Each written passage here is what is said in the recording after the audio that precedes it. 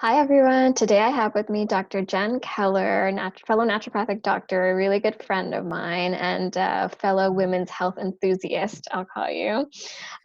We both love talking about menstrual cycles, tapping into our bodies and the wisdom of our Mhm. bodies. And I'm really looking forward to the conversation we're going to have and looking forward to what you have to say about it as well. Welcome, Jenn. Thanks for being here. Thanks for having me. This is so lovely. So let's start off by you telling us about yourself, the work that you do, and how you landed doing the work that you're doing in the world. um, yeah, so it's so funny how I landed here. I'm like, that could be a really short story, or that could be a really long story. So I'm a naturopathic doctor. I've been practicing for almost 5 years. My evolution of practice has been really interesting and different, but I've always been rooted and interested in women's health. And it kind of evolved from pregnancy and newborn care into sort of more of the genre of women's health in terms of like fertility and menstrual cycles. And I think it was really grounded for me when I went through my own pregnancy and then kind of having like a very difficult sort of 12, 18 months, just because parenting is hard in the first year. And then, but I got my cycle back around 18 months postpartum. And it was like, and I can only, I sound crazy when I say it, but I can only describe it as like, I suddenly awoke to the world, and things that I didn't really care super deeply about, or like really wanted, like didn't immerse myself in, I suddenly felt deeply connected to them. And all of a sudden I was like, we need to talk about women's rights, and we need to talk about reclaiming our power, and we need to have louder voices. And it was just sort of this really cool experience of like how, as soon as I kind of received back that flow, that is sort of a very interesting thing that connects women together, that I felt like I was flooded with like a whole bunch of like feminine connection energy in the world. And so I've been really trying to stay connected to that ever since that time. And so it's obviously evolved into my work and the things that I love to talk about and the patients that I attract. That sounds like a wonderful journey. And that's what it is, right? Like things that we didn't think we connected with, or things that Mm-hmm. didn't resonate at one point, like things evolve. And I feel like that was my story too. Yes, menstrual concerns were always, a thing for me, but it didn't really, you know, manifest in the way that they have in the last, I would say, year or two, um, uh, Mm-hmm. like they have. And there's definitely a lot of similarities between us. I feel, Yeah. which is really fun, and we're going to talk about that. So Yeah. we all have our ways of explaining what happens in a menstrual cycle, and I would love Yeah. for you to share how you talk about the menstrual cycle, what happens in a menstrual cycle from like a physiological perspective, but also an energetic perspective. Cool. I could talk about this for hours, so I'll try and be succinct about it. So I think the really important thing to always like clarify right from the beginning is I find it's a little bit confusing for some people, because day one of bleeding is technically the day that our cycle starts, and we count how many days our cycle goes to until the next day of bleeding, so into the next day one. But when we talk about the actual phases of the menstrual cycle, of which there are four, I started the follicular phase, which is actually starting around day 3, day 5. So it's a little bit confusing. So I just wanted to sort of put that caveat there.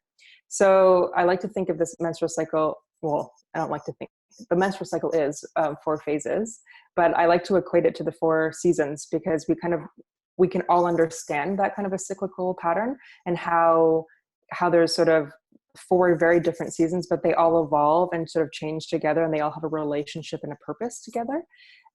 So we start in our follicular phase, which is, like I said, around day 3 to about day 12 to 14. The days itself aren't that important, but just to give you a rough idea. And that's me speaking as if we were assuming that a woman's menstrual cycle was around 28, 29 days. That is not like, that's textbook. I wouldn't say that that's necessarily expected. I think, I mean, the textbooks actually say that what's normal is like 21, 22 days to 35 days. And that's fairly like large and in terms of a range. If you go to a traditional Chinese medicine textbook, they would say 28 or 29 days. Otherwise, like your meridians are off. And so I kind of gently sweep that in a little bit. And I say, I would really like it around 25, 26 at least. And I would like it really no longer than 35, and then kind of working our magic in there. So in the follicular phase, essentially we're starting a cycle of fresh and anew. We're fertile and our body wants to make a baby, right? Like the whole purpose of the menstrual cycle is to see if we can create new life. And so the follicular phase is all about follicular recruitment. So we're just trying to, like, we have our little ovaries, one ovary gets chosen for that cycle. Inside of that ovary, there's been some eggs maturing. And so then we have some hormones from our brain that kind of talk to the ovary and say, like, pick an egg, no baby was made, we got to do it again. Mature, mature, mature, mature, mature. And that's FSH.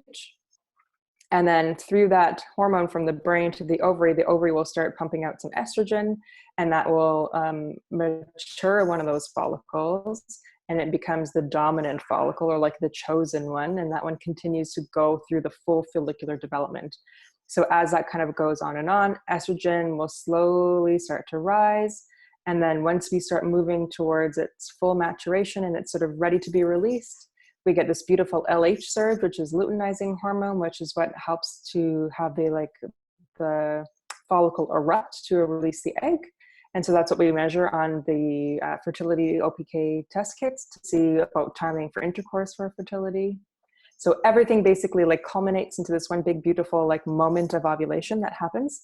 It's really like a 12-hour event. It's not as long as the other phases, but it's really like the climax of the entire thing. I tell my patients often, so I like to, the other way that I like to think of the menstrual cycle is like a musical, where you've got like the first half of the show where it's like setting up the stage for everything to happen. And then you have like that big ending number right before intermission that just sort of like leaves you on your chair. That's ovulation. And then you've got the like luteal phase where you have like conflict and like kind of like setting things up for yada yada, working things out. And then you have like the finale. Sometimes it's good, sometimes it's a little bit quieter. It just kind of depends on the musical, but it's like the finale, and that's bleeding time. So I've got this like musical intermission, amazing climactic number of ovulation. And then and, you know, at ovulation, we have like our cervical mucus, where we would ideally like to have like a really great showing of cervical mucus and increased energy and feeling more sexy and sexual and just wanting to be seen a little bit more, right? We communicate more, our energy is a little bit more uppity. And again, I say, it could be, if it's not your story, that's okay. But this is sort of the way that the energetics, right? It's the season of summer where we're sort of out and it's hot and it's a lot more flowy. And then we kind of go into our luteal phase, where now the body is essentially preparing and finishing up that endometrial lining and kind of preparing it for like a baby to sort of nuzzle into. So if there's no conception, the egg will kind of pop out of the ovary and kind of start traveling on its way through the fallopian tube. But then we also have the follicle that ruptured, that one turns into the corpus luteum. And so then this guy starts to make a whole bunch of progesterone, and girl. And she starts to make a lot of progesterone. And that's what's really unique about the luteal phase, is that progesterone is what it's like, that luteal phase is sort of, what's the word I'm thinking of? Like ruled by. And progesterone is this like really interesting hormone because it can cause a lot of really great symptoms in terms, or like side effects of feeling more calm and feeling more grounded, but it can also make you feel bloated, or it can make you feel a little bit retain water, which is like things that often happen in pregnancy. And this phase is fall, right? So we kind of start to kind of go a little bit more inward. We start reflecting a little bit more. The luteal phase is marked by a lot of energy of wanting to maybe retreat back out of yourself and into yourself, I should say, and maybe read a book more or do more yoga, as opposed to maybe like the really hard HIIT workouts that you were doing previously. And then it's in this phase that we want to like really start looking at how our hormones are balanced, because it's in this phase that I'd say the most times I see women coming to me with symptoms that are sort of distressing or impacting their life in some way. And so we look at the ratio of the hormones and the relationship of how they're feeling about their luteal phases. I had a friend today just message me and she's like, the luteal phase sucks. And I said, well, the luteal phase is trying to teach you something. So let's reframe that and say, okay, well, where's the lesson here? And she said, tell me, just tell me the lesson. And I said, well, you're very busy and you don't stop and you go, go, go, go, go. Even in a pandemic, you're so busy. And there's conflict there because your body wants you to kind of rest and stop and be quiet. And so there's conflict. And so you feel the conflict. And she was like, oh my gosh, I'm going to go take a nap. Fantastic. And then she, messages me 2 hours later. I feel so much better. It's like, yes, right. When we are in conflict, either physically, energetically, we can have symptoms show up. And so that's sort of what I love to try and do, is use the menstrual cycle as a way of decoding kind of what potentially could be going on inside the body, whether that's physically, mentally, emotionally, spiritually, what have you. So the cool thing about the luteal phase is that the corpus luteum can only survive for about 12 to 14 days. And so we have this like time period where it can go shorter, but it can't go any longer. Like that corpus luteum, without being fertilized, having the egg fertilized, can't last. And so we really can say, okay, if your cycle is, 28 days and you've got a 14 luteal cycle, and then therefore your follicular, phase is about that long. But for women who have erratic cycles, but, they're like, they kind of gauge within like 30 to 35 all the time, we can say then you're ovulating later than you think you are. And so it's not the textbook 14 days. And so if you're trying to get pregnant, we can shift you away, or we can try and work on it if it's not working for you, and sort of go from there. I've never had a 28-day cycle in my life, unless when I was on the birth control pill, which is not a real cycle, but it's much more common to not be on a 28-day cycle, I find, than it is to be on I don't know if your patients are like, you have a lot of patients on 28 days, but I don't find that very super, super common in like the grand picture of things. And then what happens, our hormones sort of come crashing down as that corpus luteum sort of disintegrates, and then we bleed. And then we should be bleeding for, 2, 3, 4, 5, 6 days. A normal period should be a fairly non-eventful event. Like, there shouldn't be that many symptoms leading up. We don't need to be going into sort of Jekyll and Hyde mood changes for a week before our cycles. And I would say it's completely normal to want to be more quiet, and it's normal to maybe want some space, but it shouldn't be difficult to function through your like daily activities of life, or parenting, or work. So if there's mood things that are happening, then that's something that we'd want to look at. And there shouldn't be a lot of pain associated to it either. Like, it shouldn't be unbearable and like this event that you sort of cringe at every time it sort of starts to come up when you look in your calendar.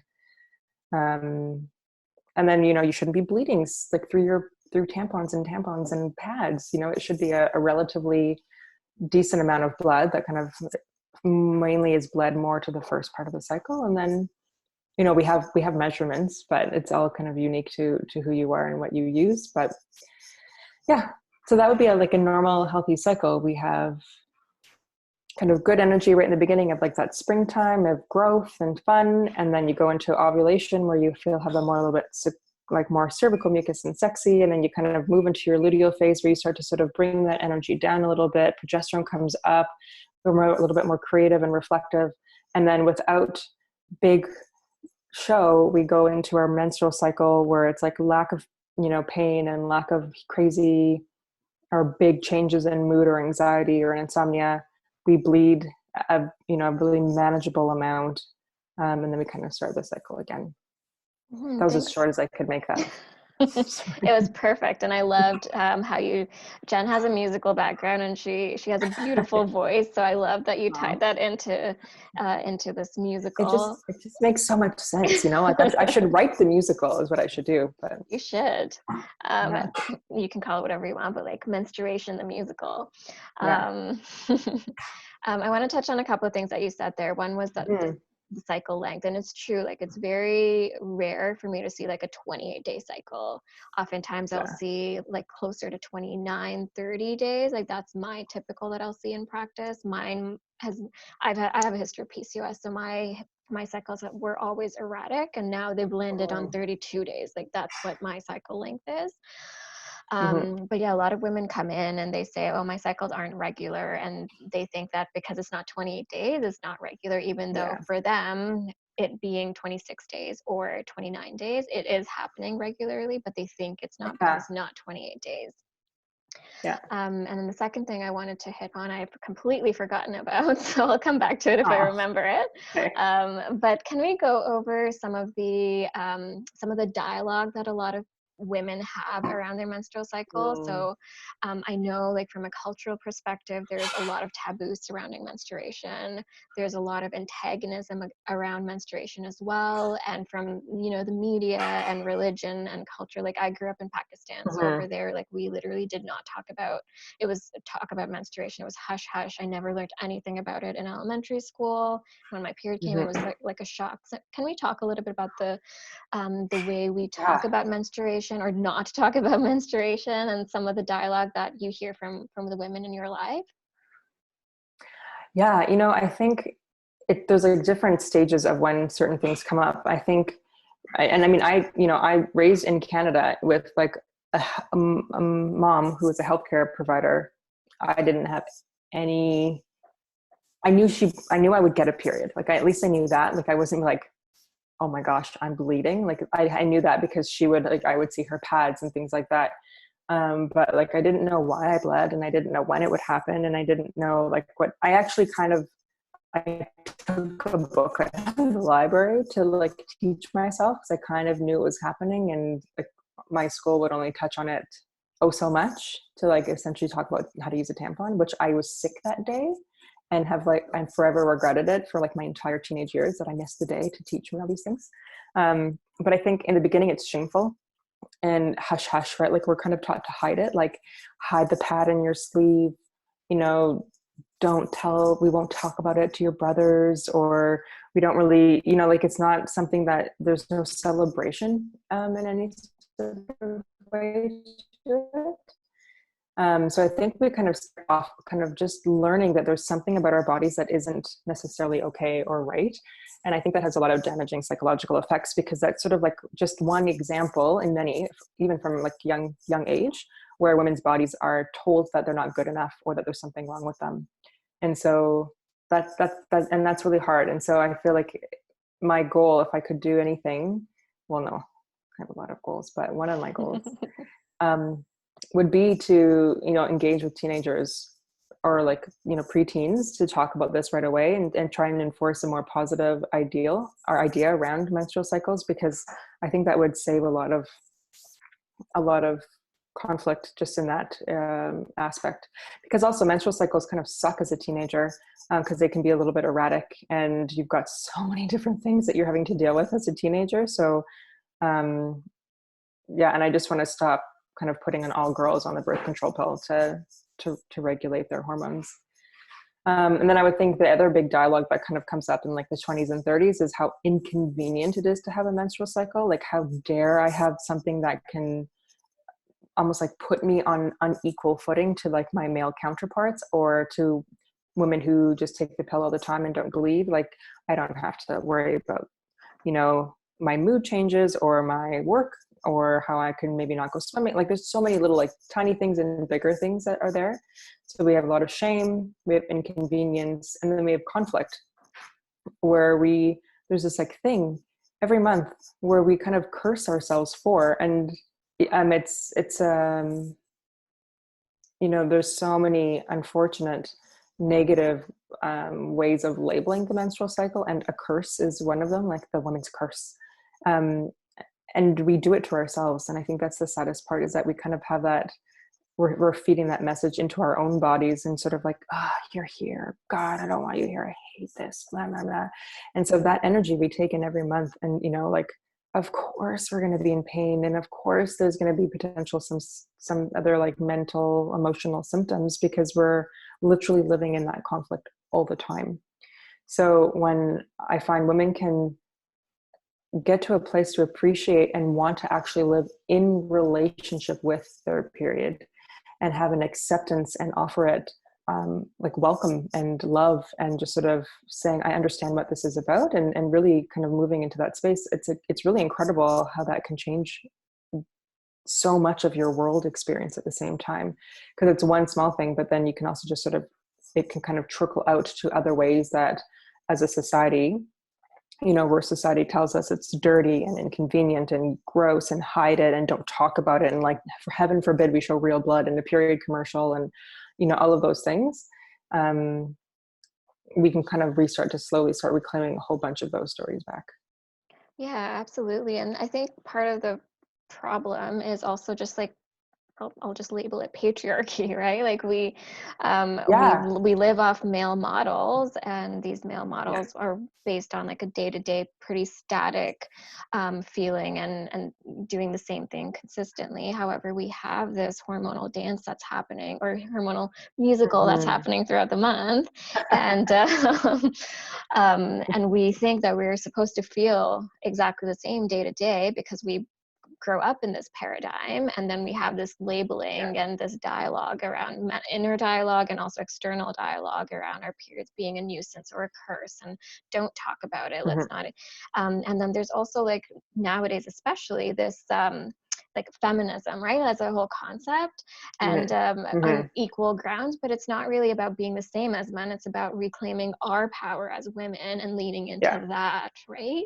So it's such an totally. interesting time for this dialogue too, and I think it's about time that we we started talking about Yeah. it more openly, because it's been years and, you know, hundreds of years of not talking about it.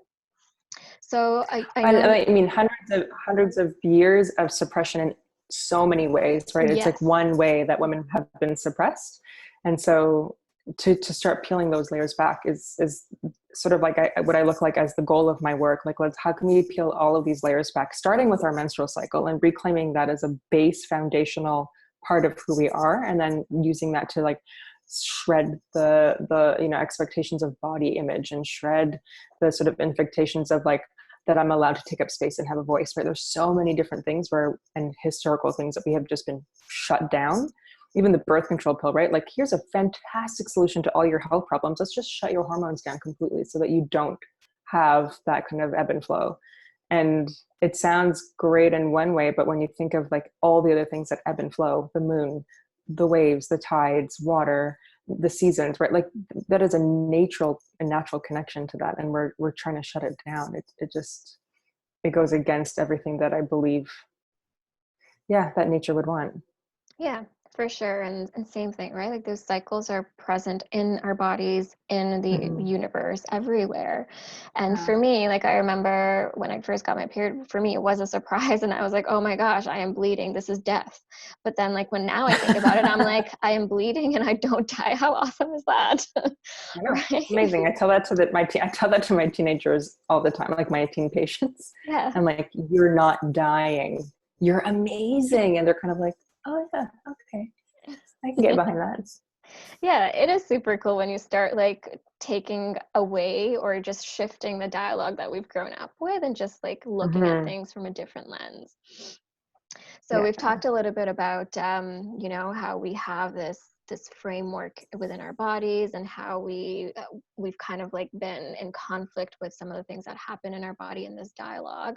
How can we start to shift that dialogue? How can we start to lean into these natural changes that happen over the span of our cycle? And then what does life look like when that happens? It's a loaded question. It's like three questions in one. Yeah.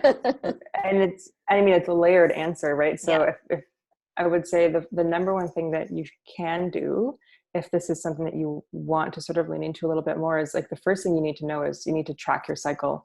And tracking your cycle beyond just day one to day one, like really tracking your cycle, and really trying to learn what your ebbs and flows are, and in a very compassionate, non-judgmental way, and like really taking an attitude of curiosity to the process.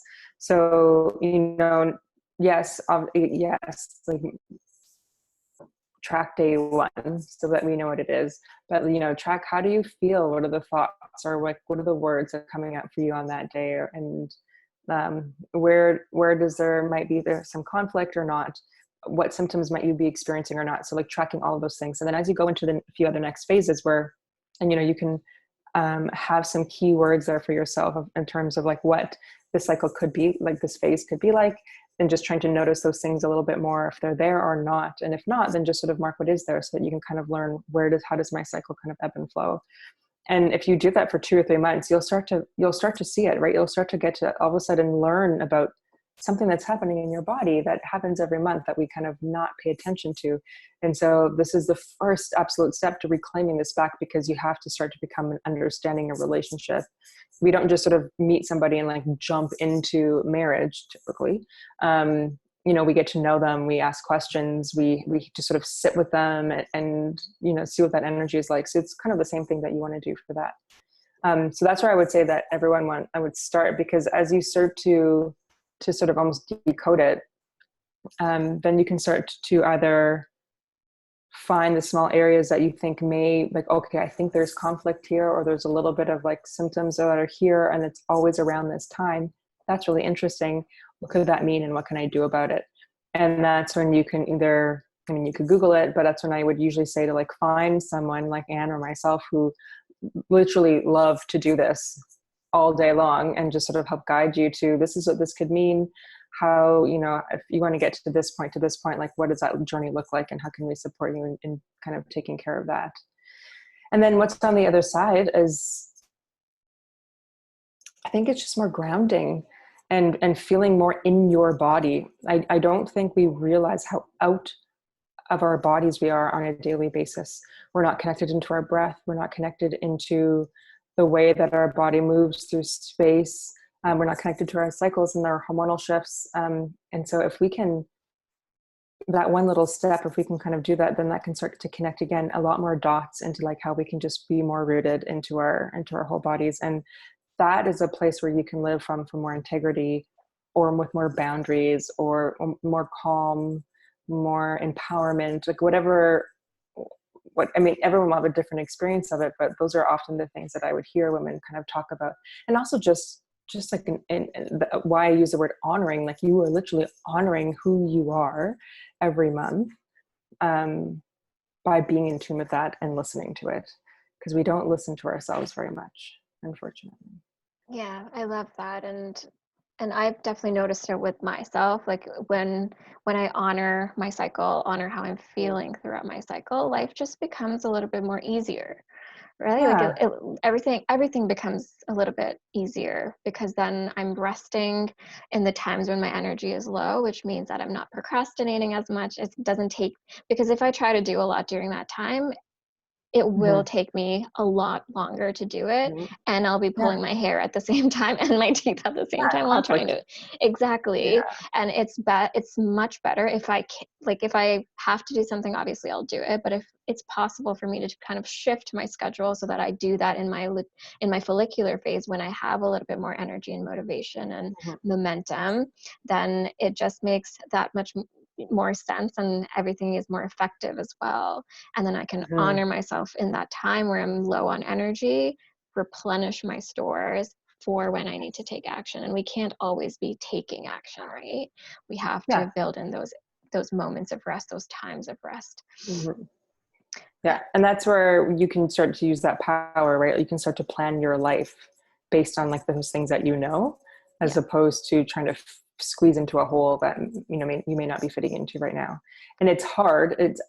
I will acknowledge the difficultness of that, because the world runs on a more of like a 24-hour male hormonal cycle, where like get stuff done during the day and rest at night. That's sort of what male hormones do. They kind of come up in the morning, they go down at night. They come up in the morning, they come down at night. There's very little variation that kind of happens there. Whereas we're like different every day. And there's a choice there, right? You can choose to say, that's so frustrating. Or you can choose to say, I'm going to make this work for me, and I'm going to make it magical, and like, just watch anyone. Because if you can imagine how that can change, and you work with that kind of productivity shifts, you're unstoppable. Absolutely. And I want to also touch on something you said earlier about working with someone, taking that information that you're gathering about yourself and doing that introspective work, and bringing it to someone, because oftentimes patients also normalize things that aren't normal, right? Like if they're taking Totally. 5 Yeah. painkillers on their first Yeah. day of their period, like that's not normal. So we don't want you to lean into those kinds of changes. And that's why it's important to Yeah. acknowledge what's happening, but also then working with someone who can guide you a little bit better as to if this something is normal, if something needs a little bit more work, and then taking it from there. Because I'm sure, Jen, you see a lot of Yeah. patients who have normalized like skipping work or like super erratic mood changes and tons of pain and taking painkillers and so many other things.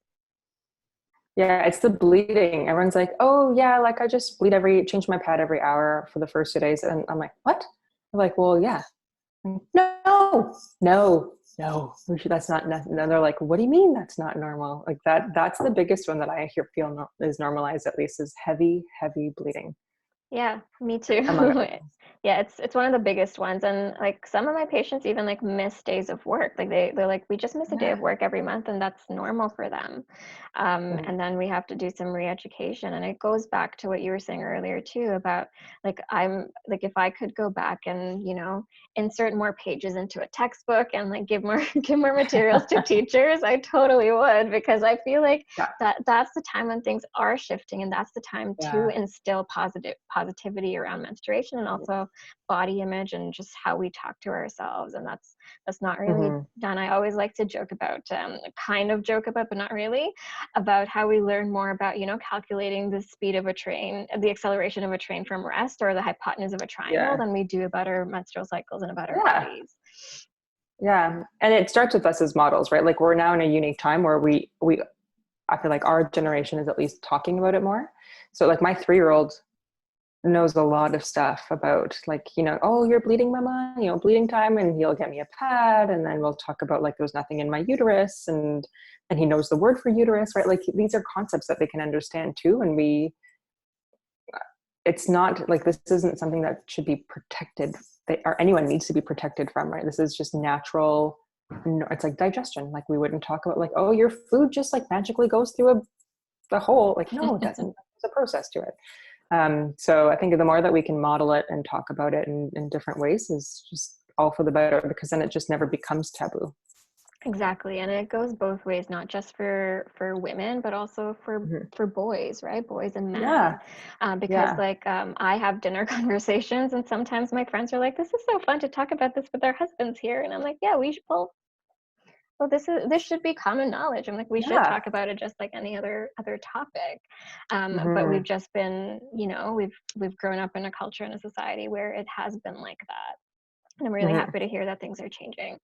So, Yeah. what are some of your favorite resources, whether that be a book or podcast or video series or anything that you'd recommend to people wanting to learn more about, tapping into our menstrual cycle, or even just learning about menstrual cycles and just tapping into their own wisdom, their body's wisdom? There's so many.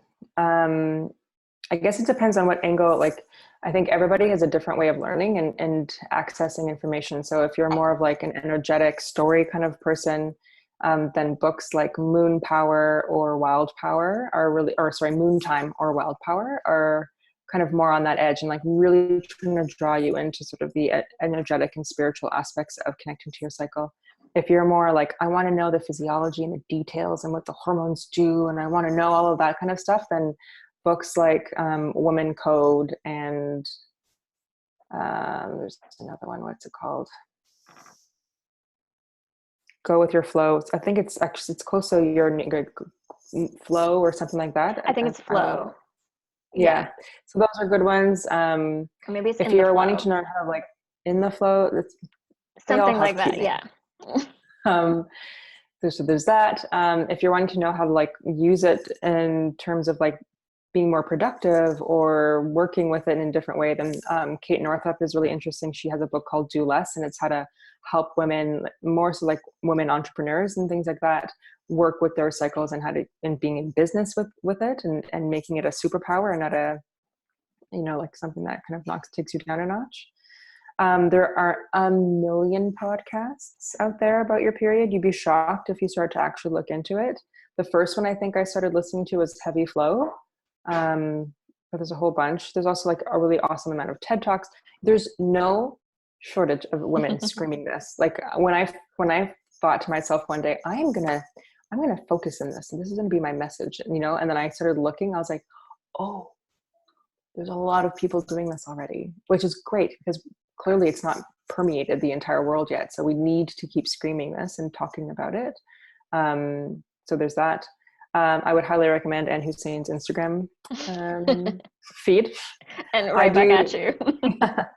um, so like, yeah, just like finding, I think it's really actually quite helpful to find someone locally who is really interested in this, because if they ever do in-person events, it kind of takes the learning up a notch to have that kind of that, I mean, obviously not right now, but that in-person energetic connection too is really, really cool when it comes to this kind of work. Because as women, I think we are there's like an innate desire for us to gather together and learn together and share space and be in circle together. So I think that's also really cool if you can find it.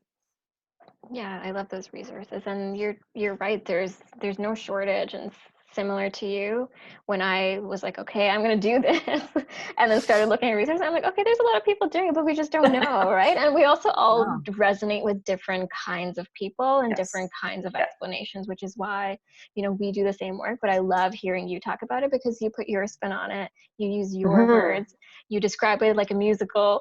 So it's always nice to hear different people in different ways, and find the person that you resonate with the most. Mm-hmm. So Jenn, where can people find you? How can they learn more about you or work with you? Tell us how people can find you. Yeah. So I have a website, drjenkeller.com. I have a free Facebook group, and that's probably where I'm the most active right now. It's called Honoring Your Cycle Community.